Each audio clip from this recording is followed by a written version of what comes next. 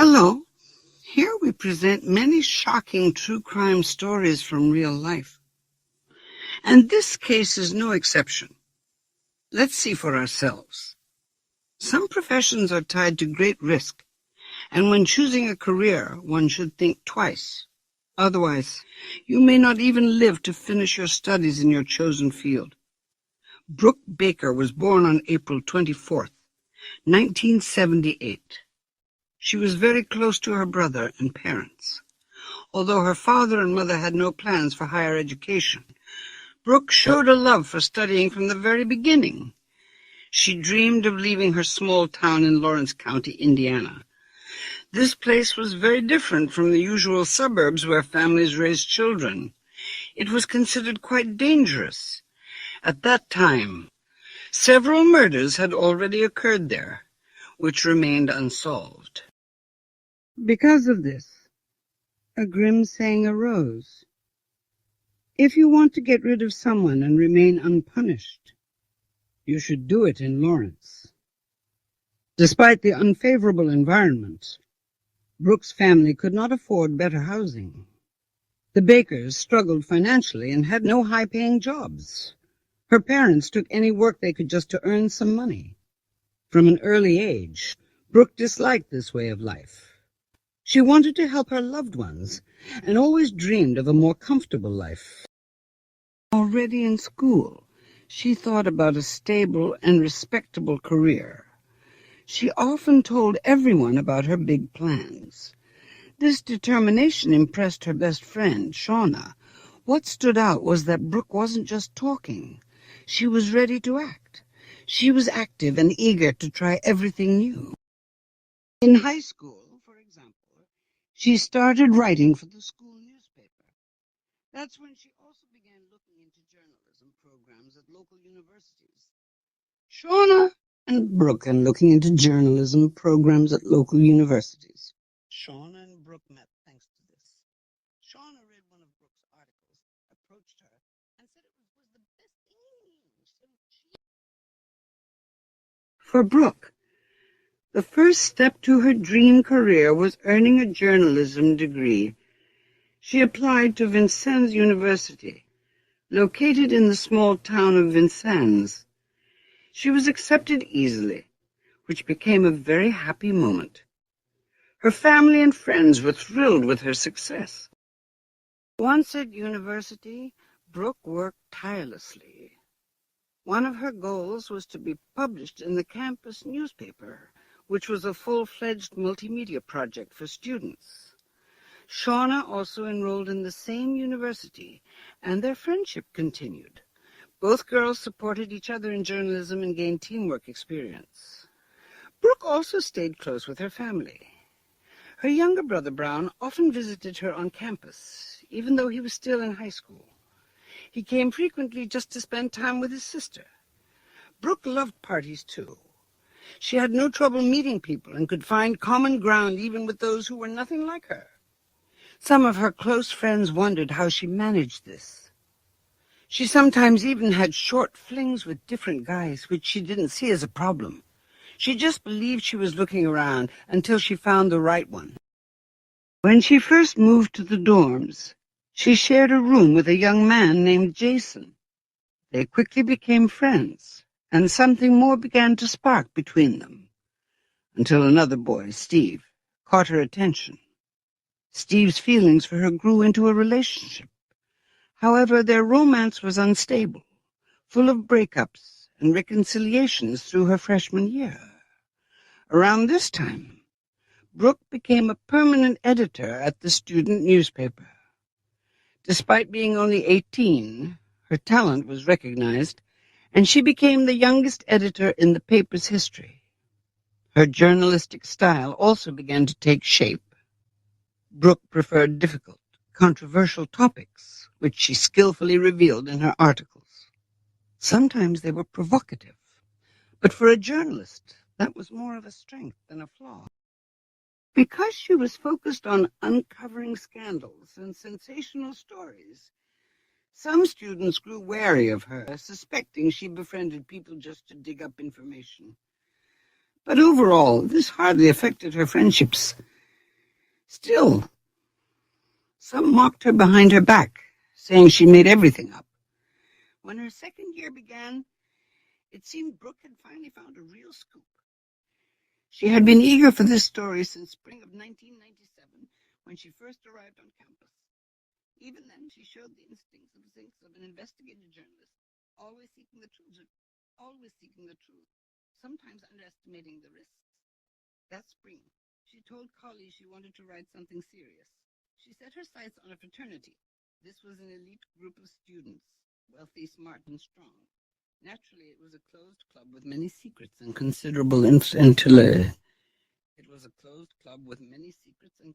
influence on campus life. This intrigued her greatly. Perhaps this was why she often sought out guys socially. She wanted access to interesting stories. Brooke quickly realized this fraternity was like many others across the country. To join, students submitted applications, went through approval from members, and endured various tests or challenges. Sometimes harmless tasks escalated into something much darker. Brooke heard troubling rumors that girls were sometimes pressured into sex at fraternity parties. She suspected victims stayed silent out of fear of consequences. By spring 1997, she had already found several such girls who confided in her.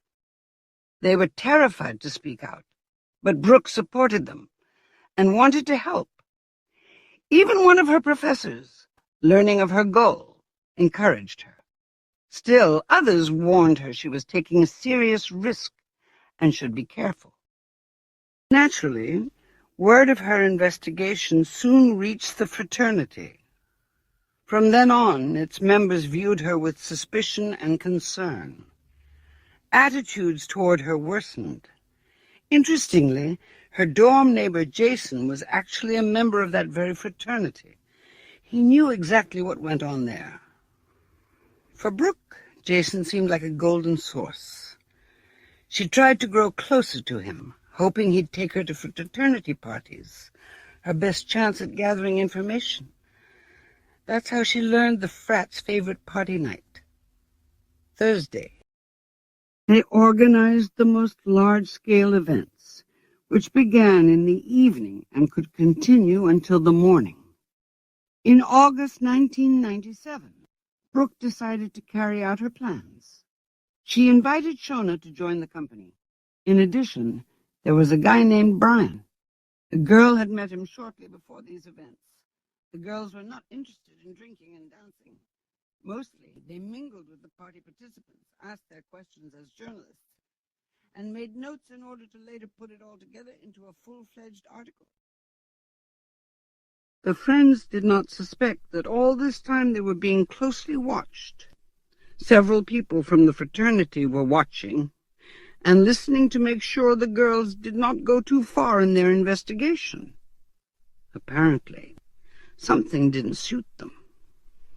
After this party, Brooke's close friends began receiving threatening notes.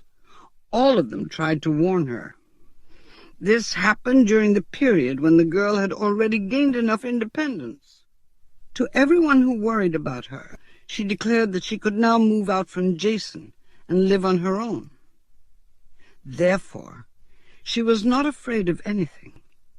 She found an apartment right across from the Faculty of Journalism. At the same time, she received even more support from a married couple who were professors at this institution. But even after the move, they did not leave Brooke alone. She began receiving direct threats.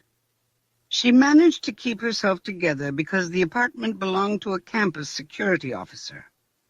Back in July 1997, she had already approached him when she began receiving the first frightening notes. By this time, they were not only verbal but also coming by email.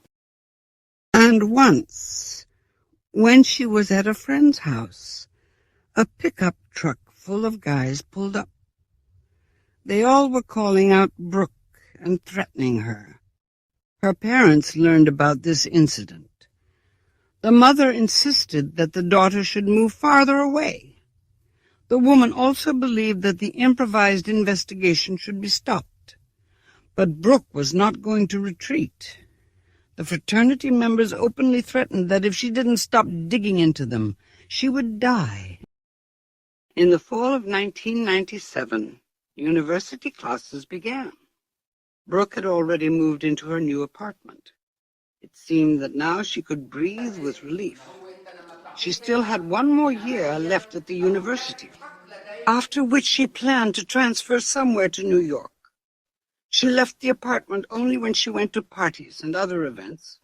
She worked a lot on articles during this period. She wanted to gain enough experience to become a famous journalist in the future.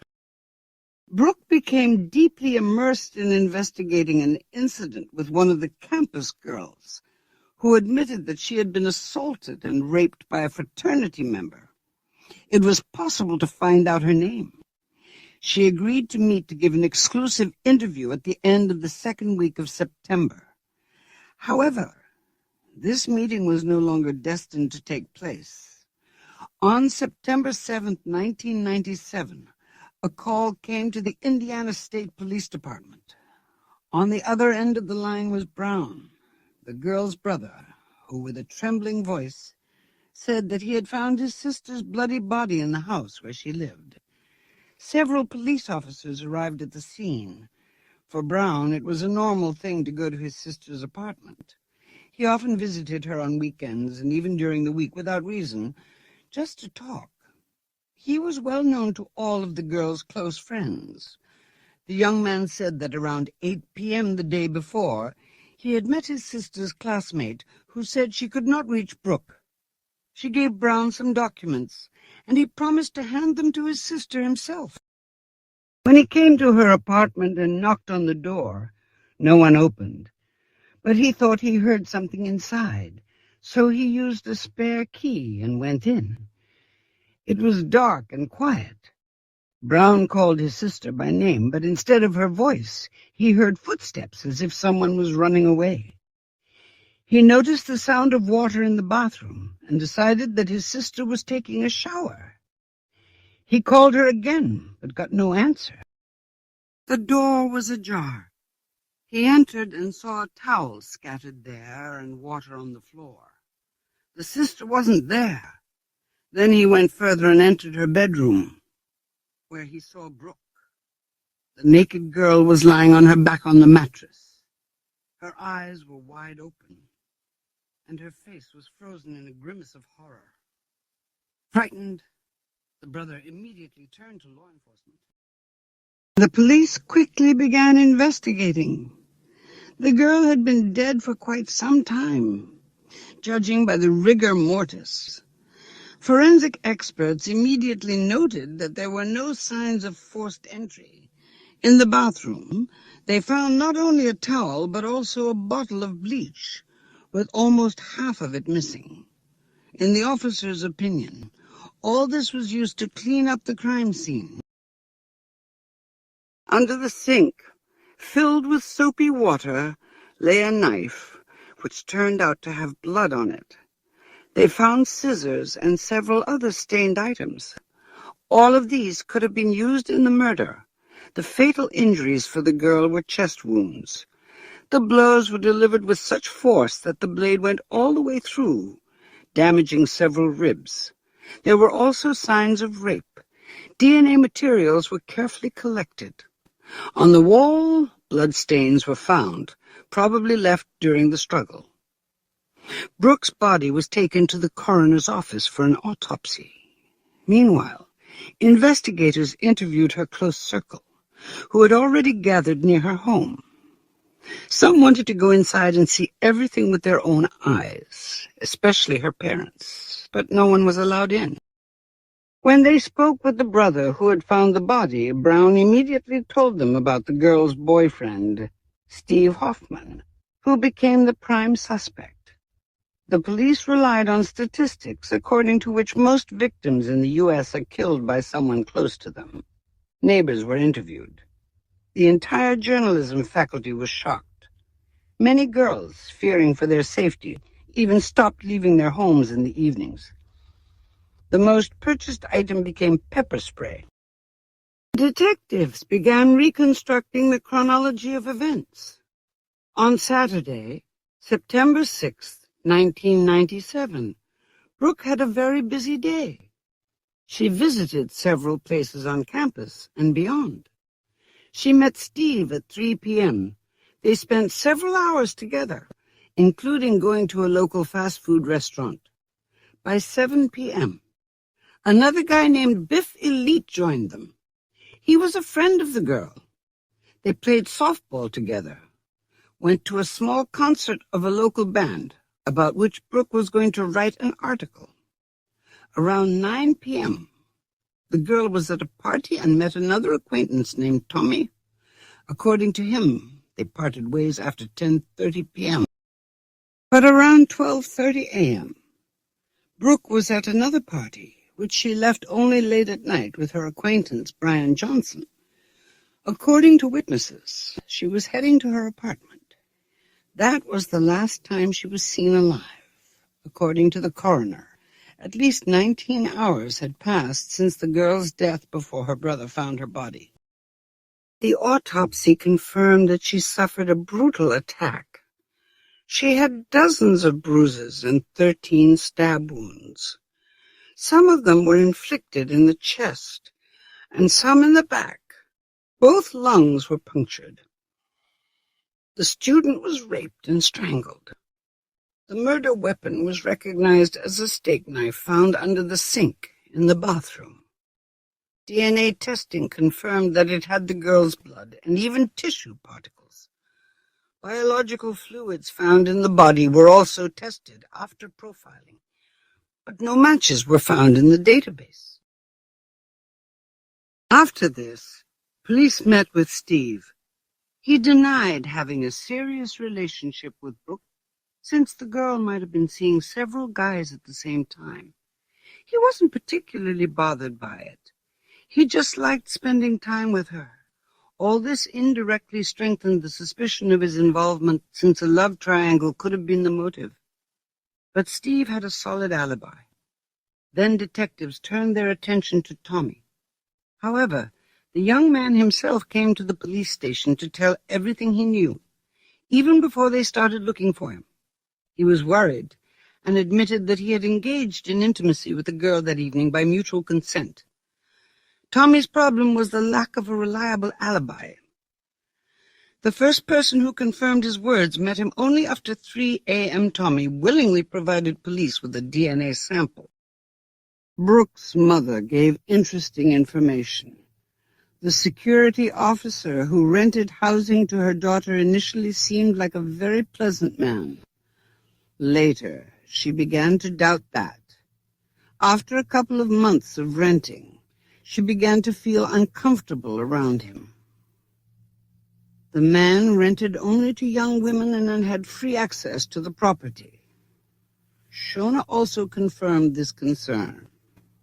The girl had heard her friend worrying that this man wanted intimacy with her. Once he even offered Brooke free rent in exchange for sex. After talking with several other girls who had rented from him in the past, many confirmed that the landlord made indecent proposals. However, when law enforcement spoke with him, he was shocked by the accusations and claimed that nothing like that had ever happened. The man agreed to provide his DNA sample and even successfully passed a polygraph test. But when the results came back, it turned out that none of the considered young men, neither Steve, nor Tommy, nor even Brooke's landlord, matched the attacker's DNA profile. Nevertheless, the security guard was not excluded, since he did not have a confirmed alibi. Detectives checked around 50 potential suspects, mostly among students of the campus, including fraternity members, but they could not find a single match. At the same time, the girl's family became more active. They raised questions about security in Lawrence County. Along with images of their deceased daughter, they posted photos of people who had died in previous years. This developed into regular meetings of an initiative group, where the work of law enforcement and neighborhood safety was discussed. However, this also had positive consequences. The circle of people who learned about the attack expanded, and many wanted to help the investigation. One such person was a girl named Deborah. She came to the police station and was the first to talk about threats that Brooke had received. Investigators traced the emails and tracked down 2 young men from the university fraternity. But when their DNA was compared to the samples collected from the crime scene, they did not match. There was even an investigation into a rape case that Brooke had written about, but it turned out to be greatly exaggerated. Brooke had been caught in the middle of rumors which she had taken too seriously, believing them to be a real crime. This revealed one trait of the aspiring journalist. She loved to embellish the truth to create a sensation and attract maximum attention. Attention. She checked even Brooke's drafts, in which there were hundreds of notes. They interviewed the girl who was supposed to talk about the rape in an interview, but it turned out she had been very drunk at the time. She admitted that the encounter was consensual. By then, detectives realized Brooke had tried to dramatize the story to make it more impressive. Hundreds of young men were checked, including fraternity members, but none matched the attacker's DNA. The investigation had reached a dead end. Police spoke with more than 500 people and still found no match. Brooke's family, however, continued to hope the circumstances of her death would be uncovered. The situation changed 2 years later. On July 5th, 1999, early in the morning, police were called to an apartment located 7 blocks from Brooke's. It was rented by another university student, Erica Norman. Erica was born on November 13th, 1977, into a family with 3 children. She was very athletic. She played softball professionally, did gymnastics, and was part of a theater group. By 1999, she was 21 years old, educated, and full of ambition. Her family lived 150 kilometers away while she attended college to earn her degree. She was described as kind, cheerful, and positive. After graduating, she dreamed of moving to Honduras to help people and continue her studies there. Specializing in languages, she believed living in another country would give her greater opportunities. On July 5th, 1999, a neighbor in her apartment building reported strange noises coming from Erica's unit. He heard water running loudly for a long time, which seemed suspicious. When no one answered his knocks, he tried the door. It wasn't locked. He stepped inside and found the bathroom faucets running at full force. Fearing a flood, he shut them off. Then he noticed blood on the wall. Alarmed, he immediately called the police. Officers found signs of a violent struggle inside, but Erica herself was missing. The scene bore disturbing similarities to the crime scene from Brooke's case 2 years earlier. Detectives began questioning Erica's friends and colleagues to piece together her last known movements. She had last been seen on July 3rd at a party with friends. She left early, saying she wanted to rest. The last person to see her alive was Brian Jones, a co-worker at a local restaurant. Brian admitted he had walked Erica home and even went inside with her.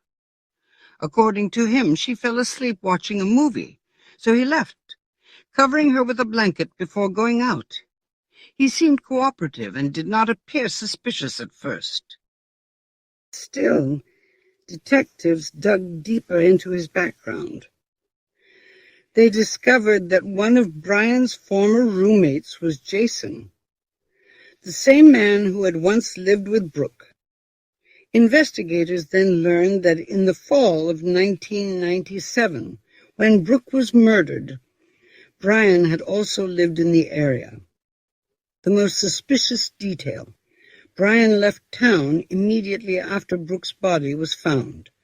His employer later confirmed he had been fired on September 10th 1997, for not showing up to work for several days. Brooke's body had been discovered on September 7th. This greatly strengthened suspicions against him. Although Erica's body was still missing, Brian's cooperation started to crack. He even handed over the clothes he wore the night Erica vanished. On his shoes, police found small drops of blood. DNA analysis confirmed it was Erica's. Further testing on his clothes revealed DNA that matched the samples collected from Brooke's 1997 murder. The evidence was conclusive. Both women had been killed by the same man, and that man was Brian Jones. On July 13th, 1999, Brian was arrested for the murder of 19-year-old Brooke Baker. After this, he immediately stopped cooperating and demanded a lawyer. Still, with the evidence, investigators could reconstruct the events. Brooke's family, devastated, finally saw justice taking shape.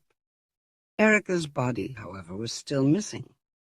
Under pressure, Brian eventually admitted to killing Erica and gave a rough location where her remains might be found. At first, police could not locate them. Then, on July 20th, a farmer in Illinois discovered a decomposed human body in his cornfield. Nearby was a wallet containing Erica's driver's license. Dental records confirmed it was her. With this discovery, police secured more evidence, including traces of her blood in Brian's car. By December 2000, Brian faced charges for both murders. At trial, his lawyer tried to argue that Brooke's encounter had been consensual, but his lies fell apart. After 5 hours of deliberation, the jury found him guilty on all counts. He had already been sentenced to 60 years for Erica's murder. Now he received life imprisonment without parole for Brooks. After that, the string of campus murders stopped.